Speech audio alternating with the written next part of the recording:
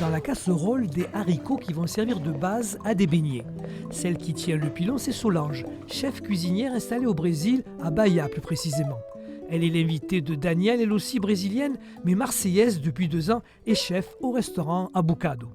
Toutes deux sont issues de régions diamétralement opposées, mais qui représentent une richesse lorsqu'on l'on cuisine à 4 mains.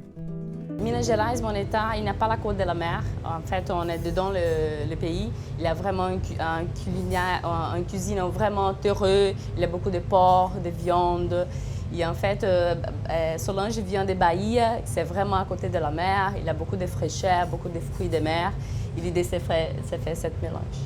Dans la mariscade, à plat conçu spécialement pour la saison Brésil-France, on trouve naturellement des crustacés, du lait de coco et de la salade fraîche de coriandre. Ce qui anime le restaurant au-delà de l'événement, c'est la valorisation des femmes. Dans mon équipe, par exemple, j'ai seulement mon sous-chef, qui est un homme, mais tout le reste, c'est vraiment des femmes. Pour moi, je pense que dans la gastronomie, essentiellement, les hommes ont déjà pris beaucoup de place. Et en fait, l'idée du Bucado, c'est vraiment mettre la force féminine dans les rôles de la gastronomie. Dans le cadre de Cuisine de l'extraordinaire, festival porté par les grandes tables de la Friche de la Belle de Mai, l'Afrique est aussi à l'honneur. L'idée, c'est qu'on puisse échanger, connaître les pratiques,